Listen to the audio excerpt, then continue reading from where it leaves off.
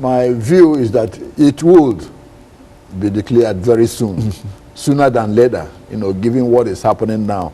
I think there are some political sensitivity towards the Nigerian government, not to declare them, a foreign terrorist organization, because it might affect, a whole lot of things in relationship with the government. Travelers and all that. More travelers might come under more scrutiny from the north and all that if they are declared. So I think that's part of the problem, being diplomatically sensitive to the Nigerian government.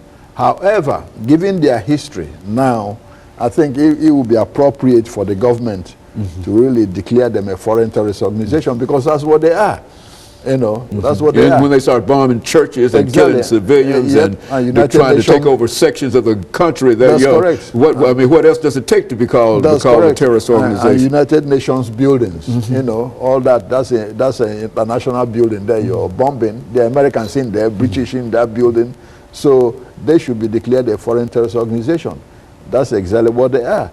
Because if you don't, and they grow stronger, they will threaten the Nigerian government more. Now, they don't lack recruits. Okay? They don't lack recruits. Because the more the Nigerian police, which are ill-equipped and ill-trained, fight them, the more they get more recruits. So the one way that the U.S. government can help the Nigerian government is to train those policemen more, not only in counter-insurgency, but a way to deal with civilians. You see, the police force there is so oppressive and vicious to its own civilians that people are scared to tell the police anything. They try to keep law and order and keep everything under control in a real sense, and so they're not in favor of First Amendment rights and et cetera.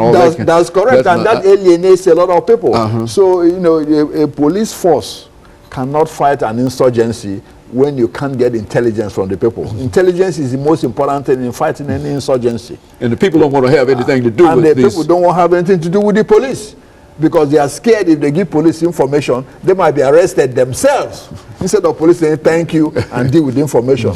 So that's a big problem, and that's what is alienating that part of that country, because anytime somebody gets shot, the police just goes in and starts shooting without, they shoot first and ask questions later. They shoot first and ask questions later. And it shouldn't be that way. If you are fighting an insurgency, the number one cardinal rule is winning the hearts and minds of the people. But the police, instead of winning those hearts and minds, they alienate those hearts and minds.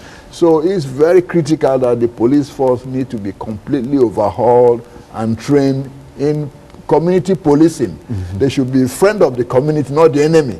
But right now, almost everybody in the country sees them as the enemy, not as a friend. And Boko Haram can build upon that in terms of what you're talking about recruiting. And you can look around and they've got all of the dissatisfied and disengaged folks in the country that are now on their side because the police are forcing them in a real sense into Boko Haram. Absolutely, that's what's happening now. In fact, they say some soldiers are deserting now, some policemen are deserting. Well, they say they are deserting because they are not being paid.